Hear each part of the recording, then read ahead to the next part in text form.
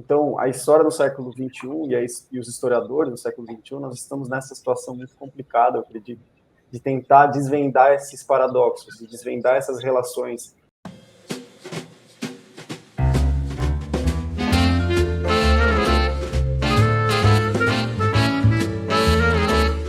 Olá, estamos começando mais um programa do projeto A História em 60 Minutos, um projeto de entrevistas promovido pelo Departamento de História da UFRN Ceres, né, em parceria com o Programa de Pós-Graduação em História também. As entrevistas produzidas nesse projeto podem ser encontradas no YouTube, nos canais institucionais do Departamento de História e também do Programa de Pós-Graduação, além da sua versão em podcast. As entrevistas podem ser ouvidas também na nossa conta no Spotify, só buscar lá a História em 60 Minutos. Além disso, gostaria de convidar, né, quem está acompanhando essa entrevista de hoje a visitar a nossa conta no Instagram, né, @60_história, 60 é por extenso. É só procurar lá e nós temos lá o nosso acervo de entrevistas e também a divulgação das entrevistas futuras são feitas por lá e assim por diante. Bom, o nosso programa de hoje é especial, né? A primeira parte de um programa especial, temático, sobre história digital. Eu estou muito feliz de receber aqui os nossos convidados, né? Professor Tiago Nicodemo, professor da Unicamp, além de coordenador atual, né, do Arquivo Público do Estado de São Paulo, e também dos doutorandos da Unicamp, Alisson Rota e Ian Marino, né, que juntos têm desenvolvido já há um bom tempo um trabalho nessa direção e vão publicar, estão publicando agora, na verdade, 2 obras importantes pela editora Mil Fontes, que têm relação direta com essa discussão e com o tema do programa de hoje, né? Queria destacar aqui os nomes das obras, os títulos, na verdade, dos livros, né? Caminhos da História Digital no Brasil e Por uma História da Covid-19. São organizados, né? Um deles organizado pelos 3 convidados e o outro é organizado pelo professor Tiago Nicodemo com Ian Marino. Muito bem-vindos, muito obrigado por terem aceitado participar aqui do projeto e trazer um tema que tem tudo a ver com ele, né? De muito interesse por quem se interessa por projetos como esse. Então, estão contribuindo demais e eu sou muito grato. Quero passar, então, agora já a palavra, colocando a primeira pergunta, né, para os nossos convidados, que é a seguinte, uma pergunta ampla, mas que também eu acho que pode ser encaminhada, né, dentro do tema que vocês têm pensado. Século XXI, primeiras décadas do século XXI, momento de transformação, momento de história digital. O que é a história, né? O que é a história nesse nosso século XXI, nesse momento? Vou começar, então, com o Tiago. Obrigado, Evandro. Um prazer estar aqui. Seu projeto é excelente, parabéns. Também é um prazer estar aqui com o Ian e com o Alisson, que são não só alunos, mas são colegas de trabalho, parceiros, meus principais parceiros hoje. Então, é um trabalho que eu apresento para vocês, que a gente apresenta dos livros, né? Resultado de um processo de aprendizagem e desenvolvimento nosso, né? De nós 3 e de mais um monte de gente que está junto nesse grupo já faz alguns anos. Então, só posso agradecer também. História, o que é história no século XXI? Né? A história sempre foi a ciência do mundo em transformação. Ela não é necessariamente a história dos homens no tempo, como diria o Mark Bloch, né? Hoje em dia a gente consideraria essa fala até um pouco excludente ou misógina. Primeiro porque tem muito mais gente do que os homens, né? Mesmo considerando esse coletivo singular do homem enquanto humanidade, a gente tem que cogitar uma diversidade maior de identidades e também porque a gente também tem que considerar que a história do homem é bem reduzida, né, a uma parte da história, né? É importante a gente considerar escalas, né?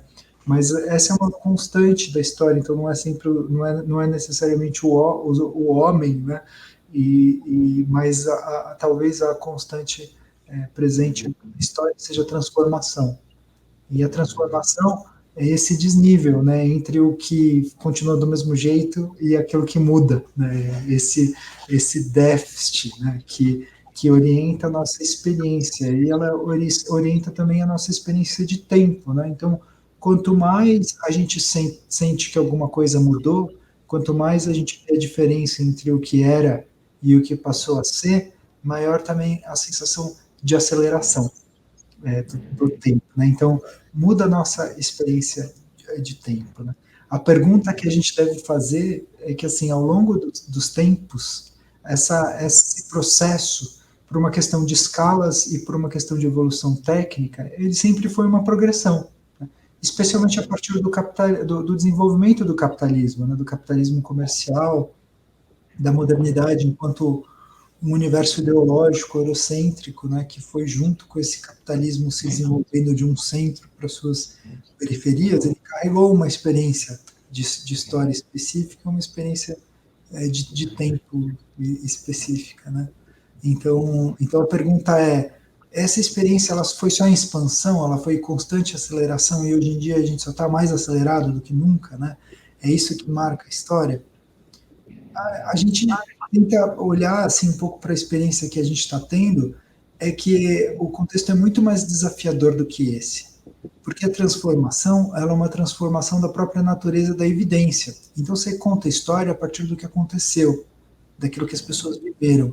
E não tem como contar a história se não for por uma evidência. Ela pode ser uma evidência material, ela pode ser um registro textual, pode ser uma imagem, pode ser uma memória, mas você sempre vai contar uma história a partir de uma evidência. Só que a gente está vivendo num mundo em que as evidências elas se multiplicam numa escala que é nunca dantes vista, e elas têm um caráter cada vez mais instável, que são as evidências digitais. Então você vê, quando você tirava foto de 24 a 36 poses na máquina fotográfica analógica, até voltou à moda agora, né? Acho que estou vendo alguns pertencentes à geração Z, né, comprando suas máquinas analógicas, mas eu não, né, eu só tenho meu celular. Mas a gente tirava 36 poses, hoje a gente tira 360, 3.600, 36 mil em uma fração de tempo, né, de segundos. E o que gera tudo isso é uma dificuldade muito grande de processamento dessas informações, né? Então, o desafio de fazer história, de contar a história do século XXI, que está por trás do desafio do que é a história no século XXI, ele nunca foi tão grande, porque a gente não consegue dar conta das coisas que estão acontecendo na nossa vida. A gente está perdendo as ferramentas para gerenciar esse processo, né?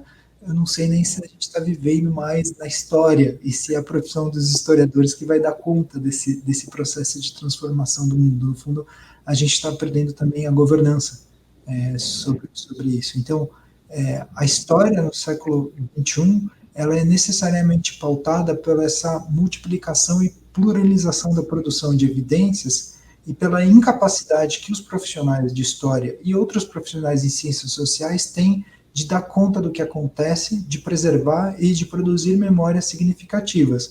E também, ao mesmo tempo, das estratégias dessas pessoas, desses grupos, para que as histórias sejam devidamente contadas e preservadas. E nesse ponto, aí é uma constante da profissão dos historiadores.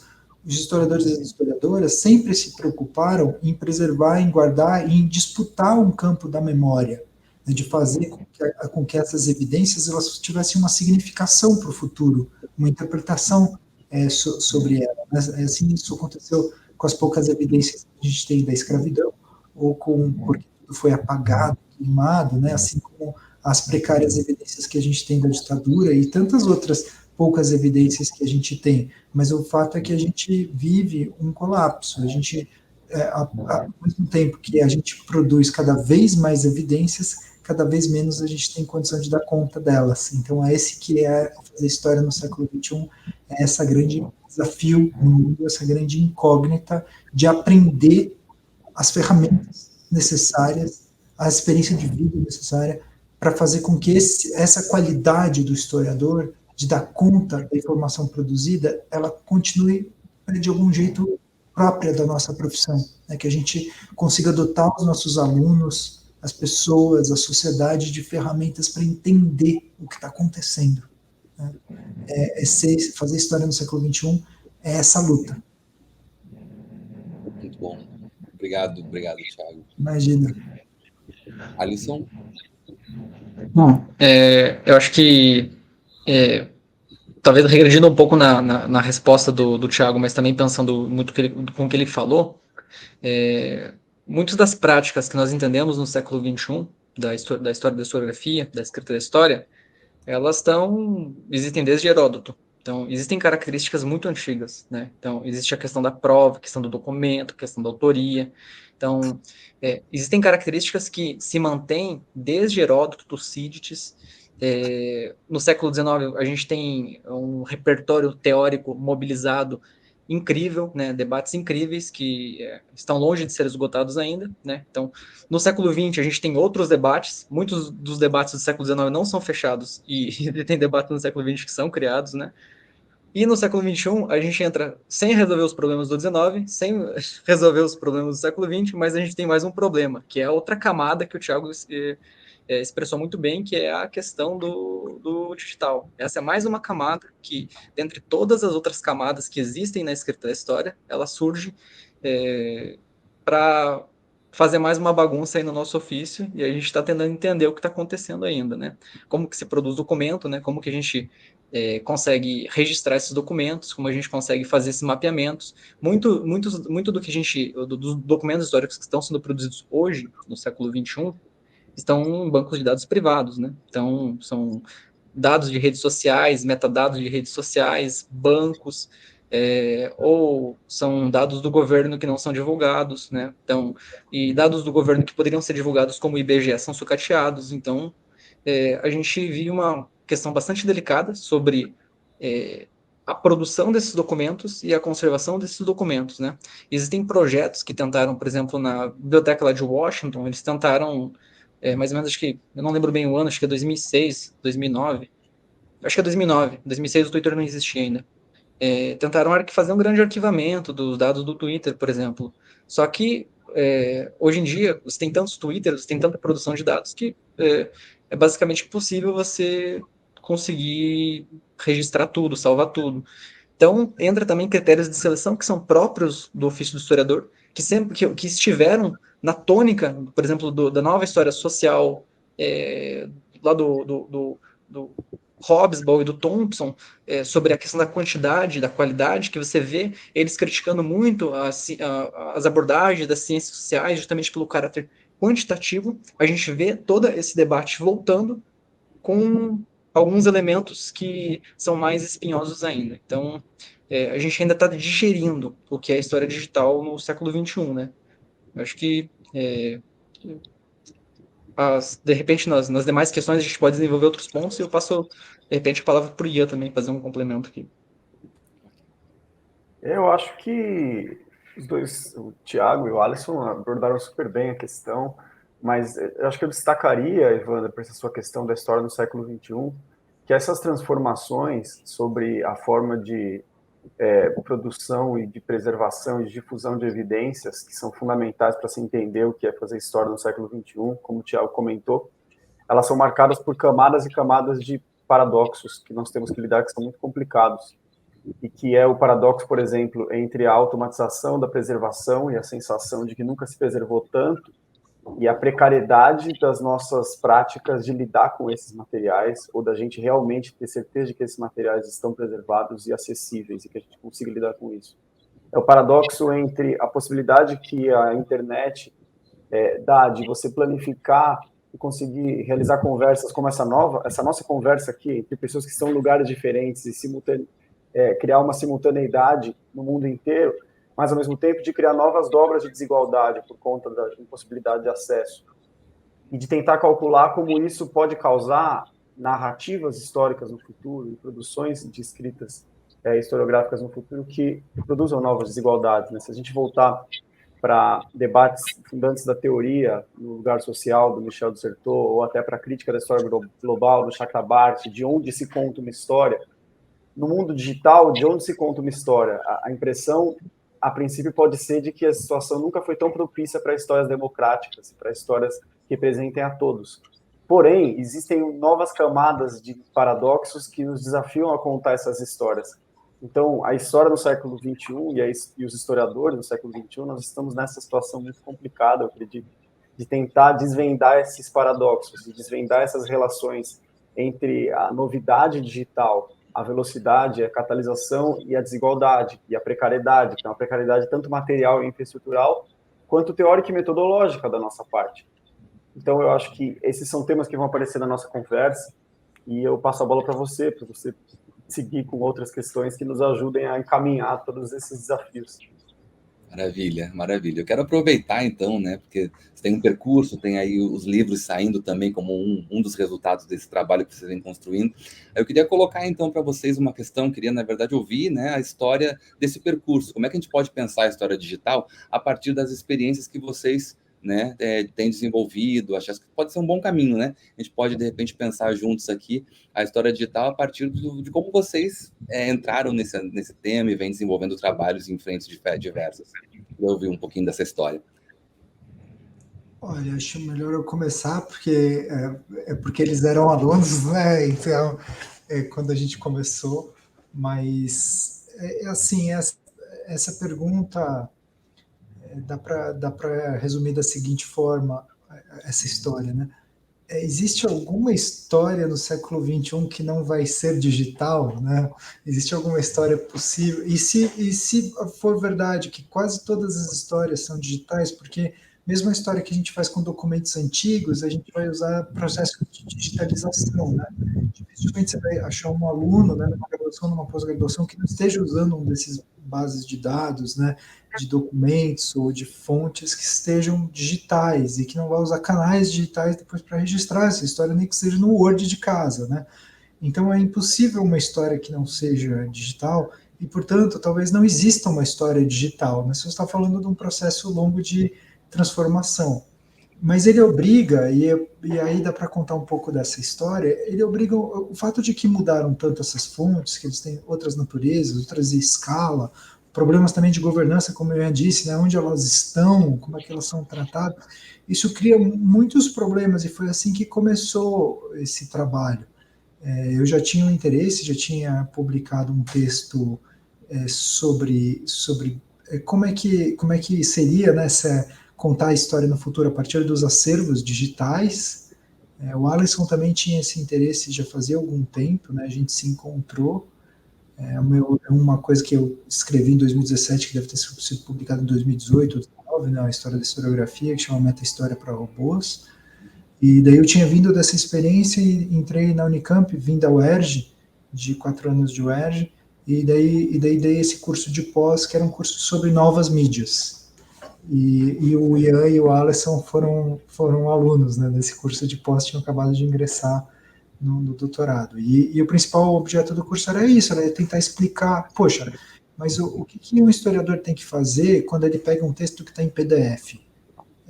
Você simplesmente considera que é igual ao papel e finge que não existiu esse processo de transição, né, para o digital, né? Ou os formatos de imagens, né? Como é que tanta coisa da história da imagem muda a partir do digital? A gente não vai tentar se empoderar, não vai tentar entender o que está acontecendo, né? A música também, a música mudava muito, né? Esses formatos de compressão como MP3, as formas, e daí a gente foi estudando tema a tema e eu fui descobrindo, porque era um curso que eu não fazia a menor ideia. Os meus cursos normalmente são assim, né? Eu tento dissertar sobre temas que eu não sei a resposta e estudar esses temas e fazer como que o curso seja parte desse processo, né? Deixa os alunos, às vezes, meio desesperados porque não tem obras, não tem um livro para eles se guiarem, né? O livro é o que está sendo escrito agora, né? Que foi exatamente o que aconteceu, porque depois o História Digital, aí o Caminhos da História da Digital no Brasil, ele conta com vários trabalhos finais desse curso. E depois com a contribuição de um monte de gente que a gente encontrou pelo caminho e que é super boa, né, alguns professores mais de diferentes níveis de experiência, né? Então era isso, e o que dá para perceber dessa experiência era uma grande incógnita, uma grande dificuldade. A maior parte dos historiadores, né, dos alunos, eles simplesmente fingiam que aquele documento digital ele fazia remissão a alguma coisa original. Mas isso do ponto de vista da própria história, né, que a gente acostumou a estudar, era absurda. Eu me lembro de um curso que o Piano Toledo Bezerra de Menezes me deu ainda no final da década de 90, na USP, que era sobre fontes visuais, né? E daí a gente estudava a história da fotografia, e para estudar a história da fotografia você tinha que entender que aquilo lá era um aparato técnico, que tinha criado uma linguagem, né? Todo documento, ele é isso. Aliás, dá tempo, né? Vocês deixam eu explicar isso, gente, para não... Assim, o documento, ele é um suporte material para uma coisa. Só que essa materialidade ela pode ser dada em outra interface, inclusive digital. Né? Então, como é que é essa materialidade? Né? Então, o documento é um papel, o documento é uma foto, mas o documento também é uma imagem de JPEG. Né? O que quer dizer isso? Quer dizer que você tem um formato codificado, seja ele qual for, em uma linguagem de transposição de uma realidade para outra. Então, todo documento ele contém dentro de si uma linguagem técnica, que é inscrita dentro do processo social que conformou aquele documento. Então, por exemplo, na fotografia, você tem uma linguagem técnica da captura, né, do obturador e da sensibilidade do filme e do tempo de exposição que permite uma impressão sobre aquela, e essa impressão ela é codificada por uma linguagem de perspectivismo com a realidade que, por sua vez, deita raízes na história da própria perspectiva geométrica e na história da pintura e do desafio do homem representar a realidade. Então, a fotografia era uma forma de representação, de modo que quando você vê um carro na fotografia, o que você está vendo é uma fotografia e não um carro. Então, se você está vendo um PDF, você não está vendo um livro. Você está vendo um PDF do livro.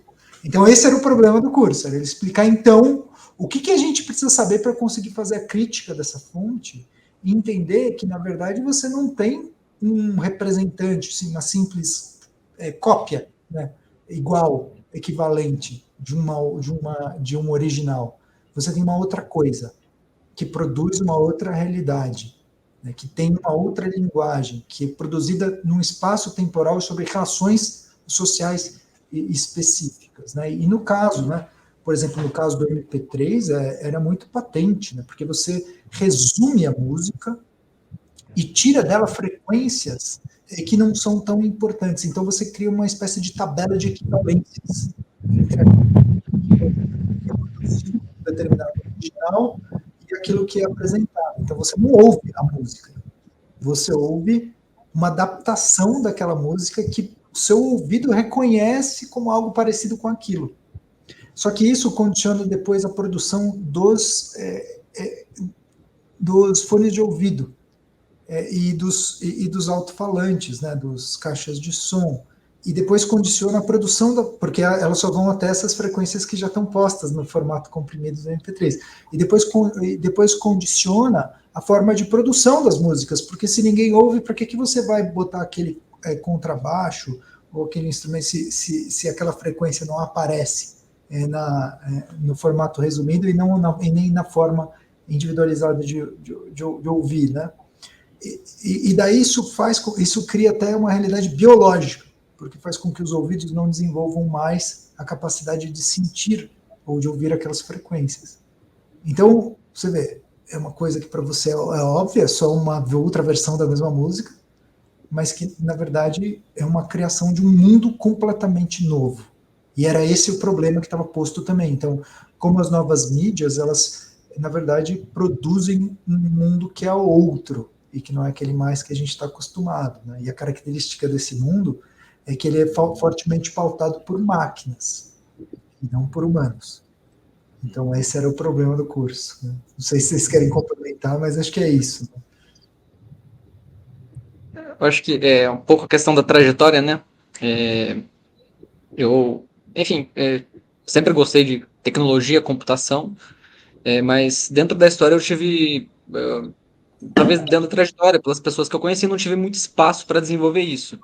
Salvo segunda iniciação científica, na época em que as pessoas ainda podiam fazer 2, 3 iniciações científicas, né? Eram outros tempos, né? De financiamento, dava até para acumular bolsa. Enfim, naquela época eu fiz um projeto ali de tentar montar um banco de dados a partir de documentos do Sérgio Buarque de Holanda. Isso era ano de 2013. Só que eu acabei fazendo aquilo mais porque eu tinha alguma facilidade com o computador e eu tava com, digamos, preguiça de contar as palavras, contar os conceitos dentro das obras, né? Era aquela marotagem de graduando, né? E acabei não levando adiante. E aí, quando eu encontrei o Thiago nessa disciplina, foi a pessoa que deu todo o apoio e a liberdade para conseguir desenvolver sistemas, né? para mim, sempre pareceu, por mais que eu gostasse de computação, para mim pareceu dois mundos completamente diferentes. Computação e história são coisas completamente diferentes, né? No meu entendimento, antes de encontrar toda uma disciplina e uma bibliografia que permite pensar essa relação, né?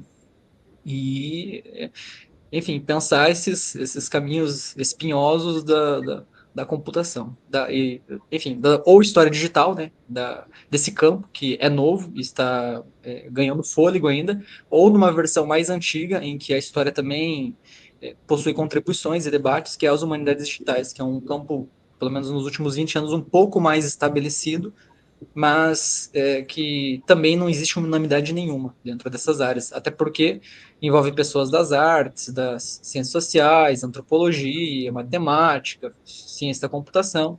Então, acaba sendo um campo muito mais desorganizado, mas também muito mais plural enfim, é importante estabelecer relações, né, com esses diálogos. Acho que a talvez a característica que a gente pode entender como digital, né, é a mediação. Então, o Thiago explicou que mídias diferentes dão experiências diferentes, né? Então, por exemplo, assistir um filme numa tela de cinema ou numa TV de tubo de imagem são experiências completamente diferentes. Escrever uma tese numa máquina de escrever ou no Windows 95 ou num computador de uma geração são experiências completamente diferentes. Mas o que é mais espinhoso dessa questão das mídias e do digital, que por mais que exista essa mediação do computador, da mídia, como bem fala o Thiago, muitos desses conhecimentos são muito antigos. Então, por exemplo, a ideia de criptografia existe desde do Egito Antigo. A palavra algoritmo, tão cara à computação e essas análises mais quantitativas, ela é árabe e tem 1000 anos.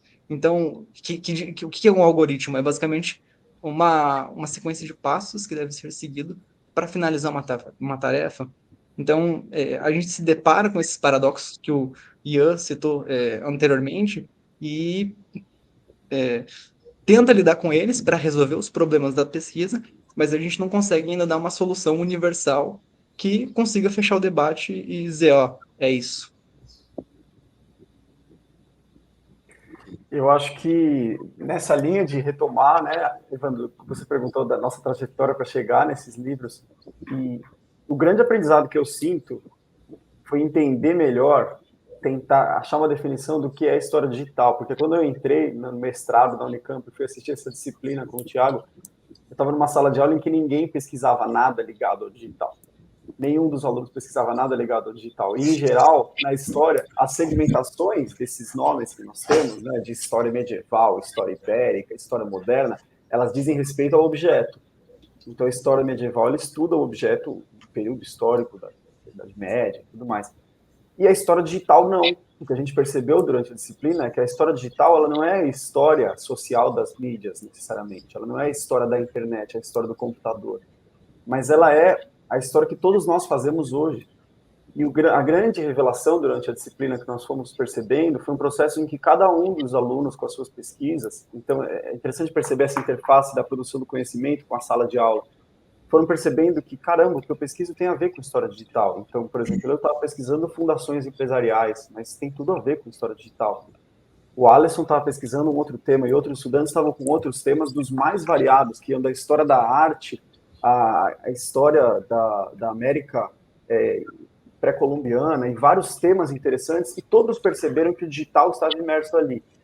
Então, foi uma percepção de que a história digital ela tem essa especificidade, e exige um esforço de cada um de nós para entender o lugar do digital nas nossas pesquisas, porque em algum lugar ele está. Eu acho muito difícil achar um historiador que não faça história digital hoje em dia no Brasil e no mundo. Essa pessoa deve estar escondida numa caverna em algum lugar, se ele existir.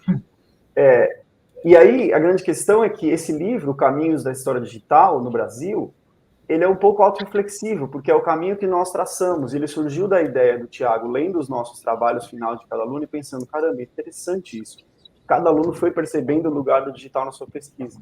E aí o livro foi completado com participações, envios de capítulos de autores que já têm uma reflexão teórica mais consolidada sobre o tema.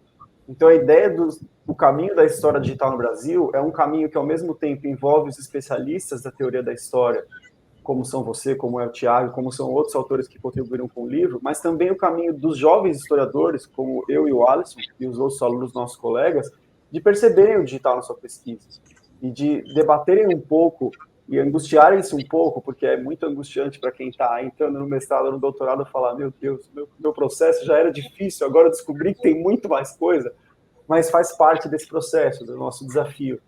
E eu acho que essa reflexão que a gente faz dessa nossa trajetória deixa isso um pouco claro. Muito bom, nossa, eu estou aqui fascinado com o trabalho de vocês e o percurso que vocês têm descrito, e essa ideia do digital que atravessa todas as áreas, né? Não seria só mais uma ideia de uma área ser inserida ou incorporada num conjunto de outras sub-áreas do conhecimento histórico, mas é algo transversal, pelo que eu estou entendendo, atravessa as pesquisas, né? E é algo para ser pensado de acordo com como se produz história hoje. É impossível não pensar dessa forma que não seja a digital, não é isso? É isso, não existe uma história digital, existe história. É que a gente está lidando com o mundo em transformação que está digital, e a hora que for outra coisa, a gente vai ter que continuar fazendo história de outro jeito, né? Quer dizer, o fato da gente ignorar a transformação e ter cada vez menos ferramentas para entender o que está acontecendo, não significa, não nos exime de ser historiadores, de exercer a nossa profissão. A gente precisa lidar com o que está acontecendo, né? Então, isso é muito normal, né? Nossos colegas falam, é um discurso muito normal, né? Eu ainda sou analógico, eu não sei nada de coisas digitais, não sei nem ligar meu computador direito. E é mentira, tá todo mundo lidando com fontes de... Trabalhou como na pandemia? Entendeu? O quê? Morou dentro do arquivo?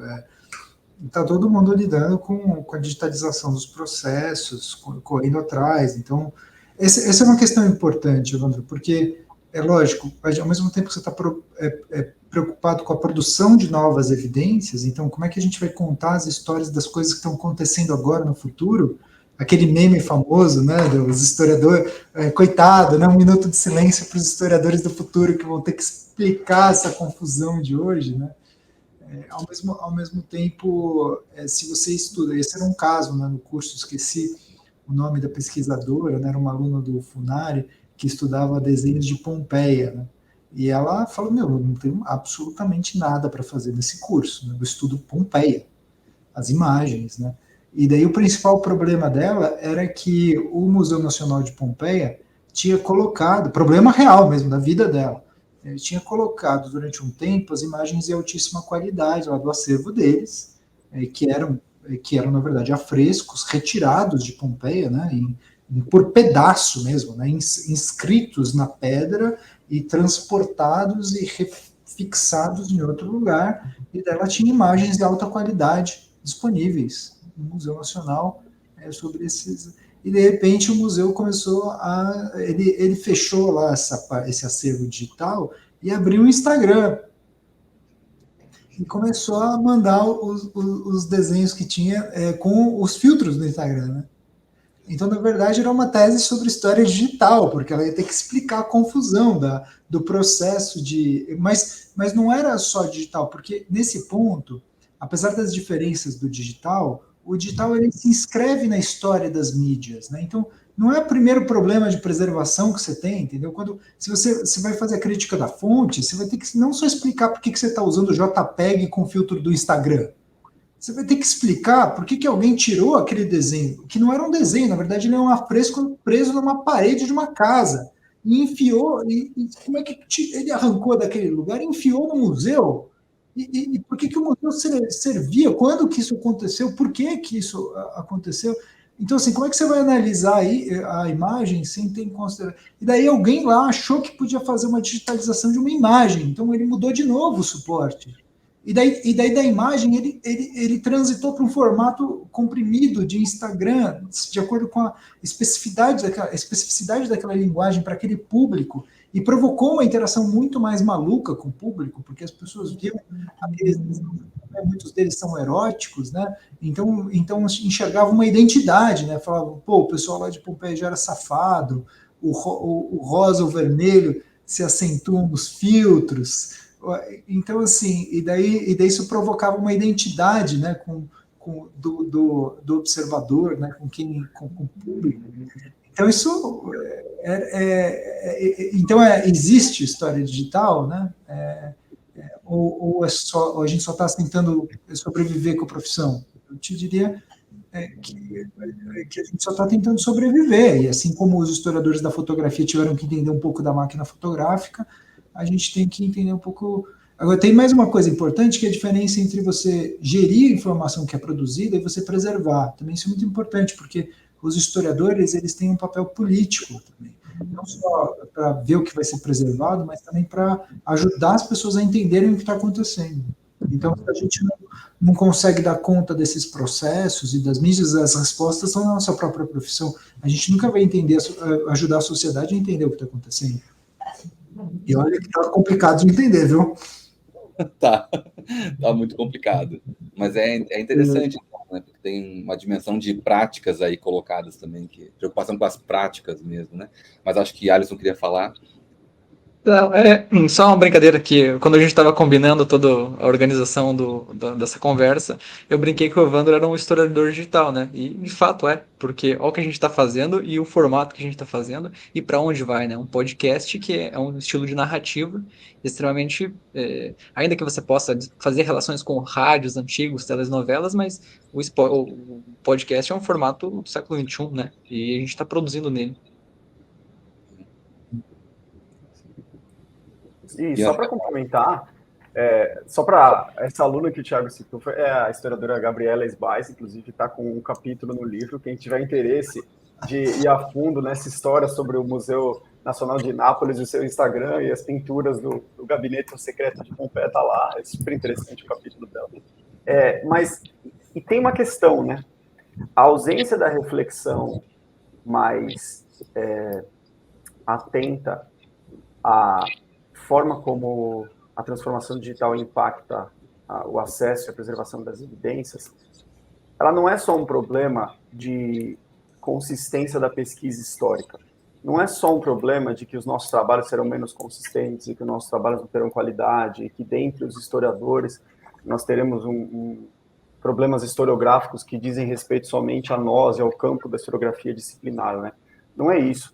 Porque quando a gente acessa um documento que está em um servidor e que está em um arquivo digital, muitas vezes esse arquivo digital, a quem pertence o arquivo digital? Ou, de que forma a gente está acessando tal documento? Quem está financiando o nosso acesso a esse documento? Então você tem questões que muitas vezes parece que não estão aparentemente ligadas ao nosso trabalho, mas em que o historiador, acessando e trabalhando dentro do mundo digital, ele está dentro de toda uma nova geopolítica de produção do conhecimento e de produção de ciência e de dados, e chega até a debater a própria soberania nacional, que diz respeito a um interesse muito mais amplo do que dos próprios historiadores da pesquisa histórica, mas é um interesse público. Então, por exemplo, um historiador que vai trabalhar com a história do Haiti, e vai trabalhar a partir da Haiti Trust Digital Library, ele vai estar trabalhando a partir de dados que são centrais para os interesses haitianos, para os interesses americanos como um todo, mas eles estão depositados em acervos de grandes universidades do norte global. Ao mesmo tempo, o historiador que vai trabalhar a partir da Biblioteca Digital do Patrimônio Ibero-Americano também vai trabalhar com um patrimônio central para a América Latina, que está colocado, depositado dentro de um acervo digital de algum país rico e desenvolvido do norte global. E isso acontece sucessivamente. Então, quando você acessa um documento sobre a escravidão colonial no Brasil, esse documento, você está olhando uma imagem desse documento, uma digitalização desse documento, e simplesmente atua de forma crítica sobre o que você está vendo e trata esse documento apenas sobre as informações que ele te diz, e não faz a crítica da trajetória desse documento, você deixa de citar novas obras e desigualdades na produção do conhecimento. E isso afeta não só a produção da história, mas afeta as universidades, afeta a capacidade das universidades em um país periférico como o Brasil de sustentarem dentro desse mundo digital. Afeta como que você consegue justificar e como que você vai brigar por dinheiro público, por investimento público na produção do conhecimento nas universidades públicas. Então, como a gente começa a perceber, a ausência dessa reflexão sobre o que o digital implica na nossa produção, ela vai muito além do que somente as nossas teses ou os nossos artigos ou a nossa produção que diz respeito ao público especializado. Tiago, complementa um pouco. Que o problema entre conhecimento e conquista e poder, né, ele é um tema super antigo, mas do século XIX para o século XX, né, na corrida do imperialismo, ele foi cada vez mais acessado, inclusive com a Guerra Fria, né, com entre guerras, durante a Segunda Guerra Mundial, você tem sempre uma corrida para concentrar o conhecimento em acervos e em bibliotecas, né? Então, isso todo mundo sabe das expedições do Brasil, na América Latina, do Humboldt, né, o pessoal vem aqui desenhar, catalogar, obter informações e concentrar essas informações em outros lugares. Né? O lugar que o Alisson está trabalhando agora, o Instituto Ibero-Americano, é um grande acervo europeu, um dos maiores acervos europeus de documentos sobre a América Latina, que é basicamente resultado de uma corrida imperial prussiana, né, e de depois o que veio da República de Weimar, né? Então não é brincadeira isso, né? Tá inscrito, é sério. Então com o digital esse processo é acelerado, então você tem uma concentração cada vez maior, e isso afeta também os temas, as linguagens, os recortes possíveis. Então, por exemplo, é muito difícil você fazer uma história global, de fato, sem ter certos recursos de pesquisa que você só vai encontrar em universidades grandes, né? Então, isso vai condicionar o que a gente vai poder fazer e o que a gente vai poder ensinar. Esse é um problema seríssimo, que tem a ver com os recursos, mas tem a ver com uma atitude soberana, né? Então, também não é a primeira vez que essa discussão está acontecendo, são coisas que já vêm lá de trás, né? Sobre a necessidade de a gente ter bibliotecas que sejam, e acervos documentais digitais que sejam soberanos. Só um pequeno adendo nas duas brilhantes respostas que vieram anterior.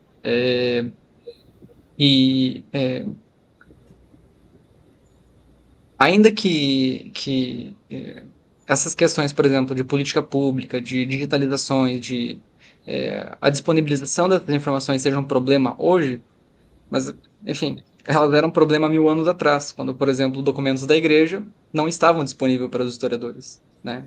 Então, a gente está mais ou menos, a nossa profissão é mais ou menos treinada a desenvolver métodos para não ficar preso apenas a uma única fonte, né?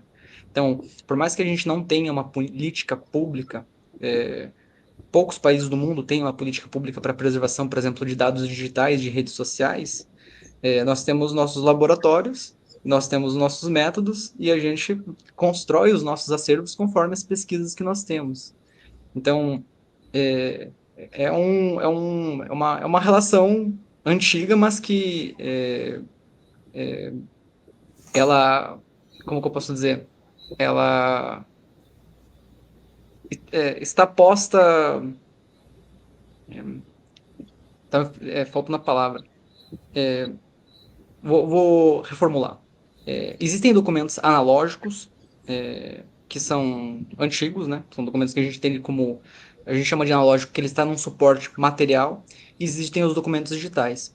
Esses documentos analógicos nem sempre eles estiveram disponíveis. Existem vários tipos de métodos. Se a gente pensar em história contrapelo, por exemplo, é um tipo de método para fugir de um tipo de documento específico e buscar informações que não estão tão visíveis assim, e até em documentos oficiais. Se a gente pensa, por exemplo, no outro tipo de documento que vem com o digital, né, que você tem a digitalização e você tem o digital nativo do ambiente. Então, tudo que se produz em rede social hoje, ele é nativo do ambiente digital. São dois métodos completamente diferentes. Então, documento digitalizado é uma abordagem, é necessário um tipo de tratamento. Esses documentos que são nativos do ambiente é outro tipo de abordagem que você tem que ter para conseguir construir essa documentação. Me refiro, por exemplo, a dados de Facebook, redes sociais, que são possivelmente formas de documentos que vão cada vez mais ganhar, ou até, por exemplo, o Thiago sabe bem as requisições de lei de acesso à informação, né? Tudo isso se produz digitalmente, se produz informações e diz respeito a objetos que podem ser de interesse do historiador. Então, os métodos que a gente elabora de interrogação das fontes, eles têm justamente esse preparo, e é por isso que a gente consegue, a partir dessa precariedade que nós temos de fontes, de computação, de conseguir organizar um campo, mesmo com todas essas precariedades, a gente consegue produzir livros, narrativas, né? Então, a exemplo dos livros, do próprio texto citado das pinturas de Pompeias, por mais que exista todos esses entraves e paradoxos, os métodos que vêm desde 200, 300 anos atrás, eles ainda funcionam para alguns tipos de resoluções.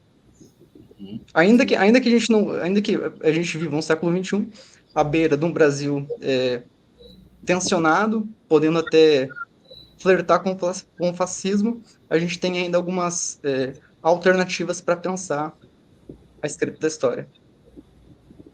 Eu acho que o próprio contexto, de fato, que nós estamos vivendo, né, no Brasil e no mundo, né, coloca essas questões que vocês trazem como fundamental, né, a questão que envolve o mundo digital, no sentido mais amplo, para além da ideia de história digital, né, é muito importante e também por isso que eu acho interessante a forma como vocês estão abordando, se eu estou compreendendo bem, achei fascinante essa ideia mesmo de pensar, né, toda a história digital, estamos no século XXI, então isso é bom porque muitas vezes eu tenho a impressão que a discussão, para quem ainda não tem contato muito próximo com esse campo da história digital, fica num ambiente um pouco assim teórico, ou um pouco afastado, parece algo separado, como se fosse uma discussão separada do conjunto da historiografia, quando na verdade não, o argumento de vocês é o argumento contrário, nós vivemos num mundo digital e o nosso trabalho é atravessado. E aí, por isso que eu comentei antes, acho que quando o Thiago acabou de responder, né, ou quando o Ian, não me recordo agora, mas enfim, a ideia de prática, né, tem uma preocupação prática, das práticas em sentido geral do trabalho do historiador e da historiadora, isso é muito interessante, né, porque se coloca como um tema geral que atinge todas as áreas. Vocês levantaram problemas também políticos e econômicos que atravessam as preocupações de vocês, colocam numa perspectiva mais ampla. Eu acho que é uma forma muito rica de se pensar a história digital. Eu queria aproveitar o tempinho que nós temos ainda nesse nosso primeiro programa e justamente encaminhar a pergunta um pouco nessa direção, né? Até dentro do argumento de vocês de que a história, de modo geral, ela é digital, né? Nós estamos aqui falando no século XXI, mas essa história digital ela precisa ser, acho que essa é uma preocupação de vocês, o próprio título de um dos livros eu acho que insinua isso, assim, a ideia, os caminhos da história digital. A partir dessa ideia assim, que se comprova na vida prática, assim, né, de que a historiografia, nossa vida é atravessada pelo digital hoje em dia, mas é preciso falar um pouquinho sobre isso, porque esse percurso não tá evidente, né? Ele não é evidente.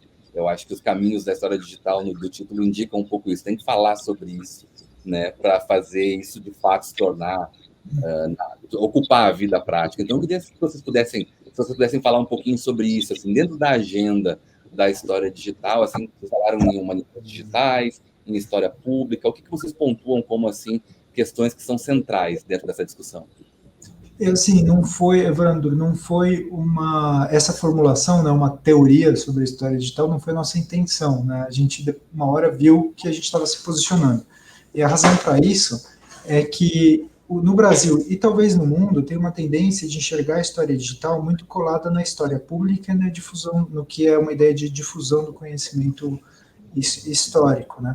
E, no fundo, a gente está fazendo uma certa crítica a essa visão, porque ela tende a enxergar como se você fosse produzir a história do jeito que você sempre produziu, né, o seu texto, a sua tese sobre a Idade Média, e daí você vai passar por uma fase de elaboração que muitas vezes não é nem técnica do intelectual, mas do laboratório, porque você contrata alguém e formula um produto de difusão, né? Então um vídeo, um programa, um aplicativo com a ajuda de alguém que você não domina essa linguagem, e daí você vai fazer a difusão. Por isso que a história digital ela é identificada muito no campo da história pública, como se ela fosse uma resposta para você poder de extroversão daquilo que é produzido do jeito que sempre foi. E não existe precedente histórico para isso. Nada é produzido sempre do jeito que sempre foi. Não existe isso. Isso contradiz o próprio sentido do que é fazer história. Então, assim, a gente começou a imaginar uma outra versão da história digital. Uma história digital que olhasse justamente para o fundamento do conhecimento histórico, para aquilo que a gente, para as conexões com que aquilo que estão escritas na história da profissão e que podem ajudar o mundo contemporâneo. É isso. E daí a gente descambou para uma história digital que tinha uma relação com a teoria da história, com a história da historiografia, porque explicam a história da profissão, os fundamentos. Mas não se reduz a isso. Na verdade, a gente está dizendo uma coisa que é muito mais prática, como você disse, que os alunos eles precisam aprender a linguagens diferentes. E quando eles aprendem essas linguagens diferentes, a questão não é o produto que vai sair no final de extroversão, mas sim o caminho de aprendizado que você vai ter na hora que você tiver que entender uma coisa que você ainda não sabe direito. É só isso. Eu acho que, por exemplo, a relação, por exemplo, da história com a computação, ela, acho que além por exemplo, dessa questão da não suposta história pública, mas dessa história para divulgação, né, digamos, de uma interface maior, um contato maior de nossas narrativas com um público maior, ele acaba sendo um pouco mal interpretado, ou seja, ele acaba sendo, como que eu posso dizer, peraí, só um pouquinho que tô travando aqui. Peraí, você está me ouvindo? Sim, estamos ouvindo bem. Tá. Tá. O problema da história pública é que toda história pública no Brasil, o problema é esse. Toda história pública. É basicamente esse.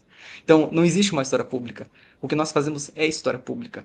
E o que a computação ela traz, digamos, uma das várias facetas que ela traz nessa relação com a produção da história é que acaba aproximando a história de outras áreas do conhecimento em algumas características. Por exemplo, medicina, física, matemática, no sentido de, no momento em que você está produzindo a pesquisa, você produz dados sobre ela para ser disponibilizados e serem dialogados com outras pesquisas que estão sendo desenvolvidas. Então a gente chama isso de metadados, né?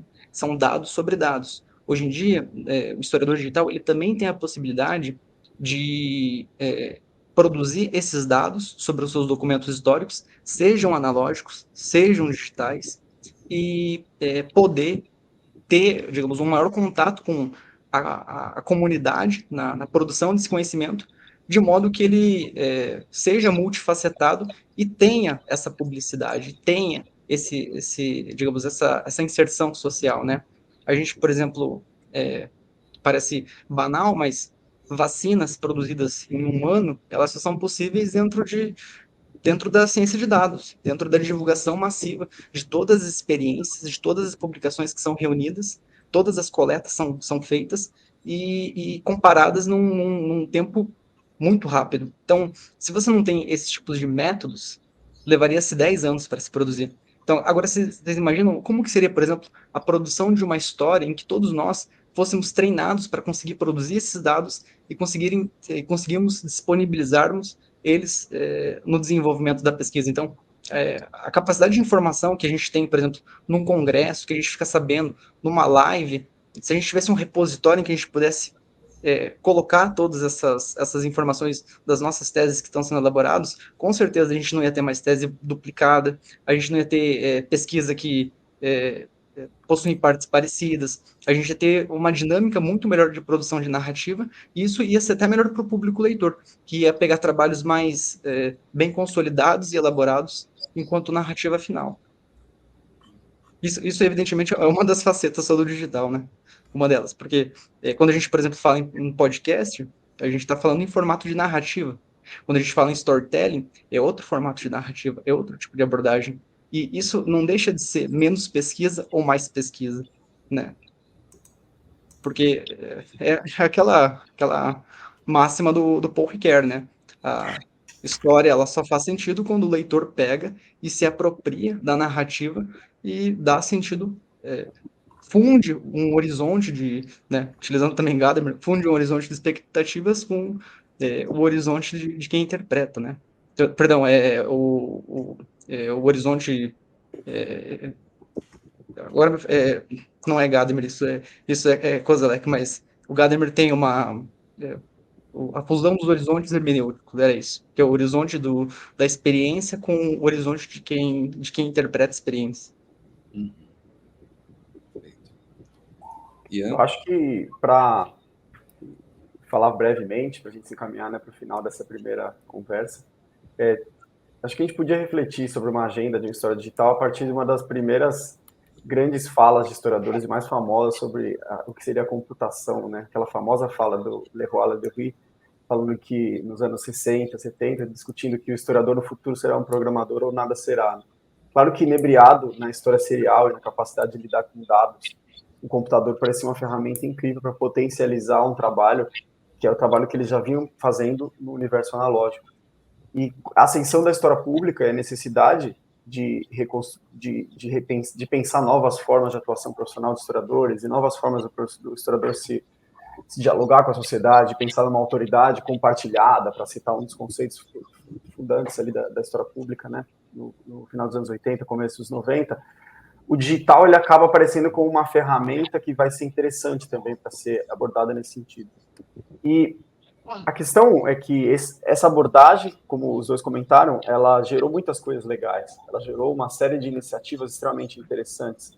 Só que ela, muitas vezes, refreou a possibilidade de você incluir o digital como um processo de reflexão incluído na formação do historiador, não de uma forma técnica superficial, ou então somente na parte de divulgação histórica, mas incluída na própria prática, como você comentou, e na função do ser historiador. O que eu quero dizer, a gente aprende, eu entrei na graduação em História em 2012, eu aprendi a fazer fichamento, eu aprendi a fazer crítica de documento, mas ninguém me falou nada sobre dados, ninguém me falou nada sobre a produção de dados e compartilhamento, sobre a produção coletiva de conhecimento, utilização de ferramentas para se produzir história no sentido de uma ciência aberta.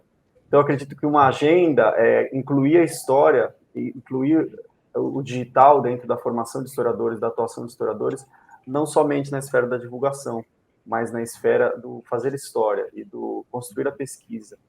E isso vai deslocar vários eixos da pesquisa, do individual para o coletivo, vai deslocar a nossa concepção do que é um objeto, o que é um objeto de resultado de um artigo, de uma tese, para um grande banco de dados ou para um dashboard que possibilite a navegação sobre diferentes informações. E eu acredito que essas novas possibilidades que se abrem tem que ser o centro do que tem que ser essa nova agenda que a gente tem que construir junto, assim, de forma colaborativa. Perfeito, muito bom. Começamos muito bem essa primeira parte dessa entrevista aqui, com os autores, né, de Caminhos da História Digital no Brasil e Por uma História da Covid-19, obras que devem estar saindo muito em breve pela editora Mil Fontes, né? Eu acho que vocês já apontaram para a gente aqui, provocaram, assim, no melhor sentido da palavra, né, a gente a pensar um pouco sobre a história digital por outros caminhos, saindo um pouco, assim, às vezes, de algumas ideias muito preconcebidas, né? Trouxeram para problemas práticos, trouxeram um ponto de vista do meu, assim, até onde eu consigo avaliar muito inovador e muito promissor.